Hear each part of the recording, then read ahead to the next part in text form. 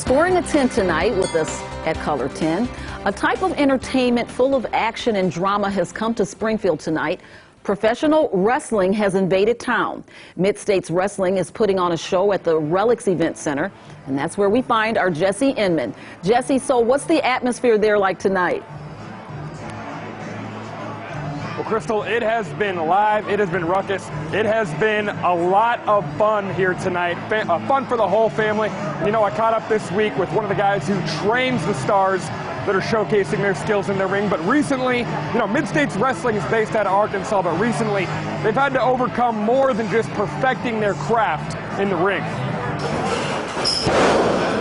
I've been in this business 22 years. For the Space Cowboy, Jason Jones, he spends his time in the ring, wrestling and training others.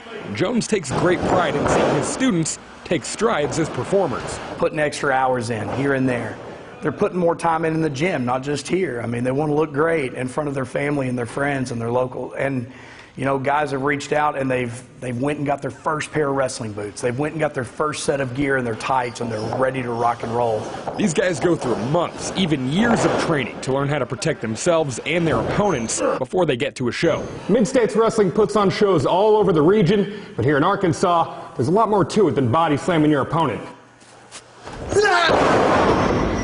Over the last few years, it's become progressively harder. That's because pro wrestling in Arkansas is overseen by the state's Athletic Commission and Board of Health, which puts the art form of pro wrestling under the same rules as MMA or boxing.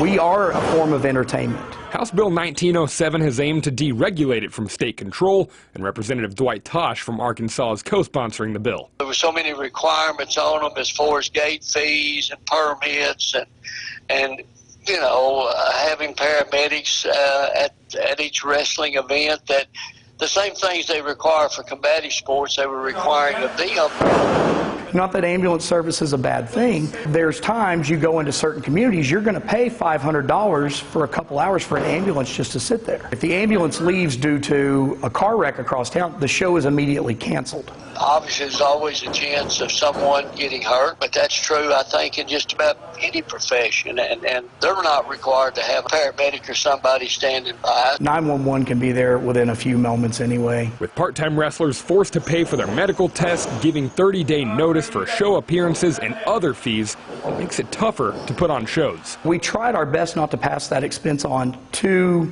the people that buy our tickets. You know, little things like that make it very, very hard to do. The House Bill 1907 really flew through the House and the Senate in Arkansas. Now it sits on Governor Asa Hutchinson's desk awaiting his signature, and that's the only thing it'll be lacking right now to go into law. But, you know, Jones says he's excited because now they're going to be able to put on more charity events and things like that to help people in need down in Arkansas. But lots of fun to be had here. You know, they're about to wrap things up for the night pretty soon. And, you know, they said they'd love to make some more stops in Springfield. Crystal, I'm going to send it back to you before I get clotheslined in here. I was going to say, Jesse, I'm so glad you're okay. Thank you so much.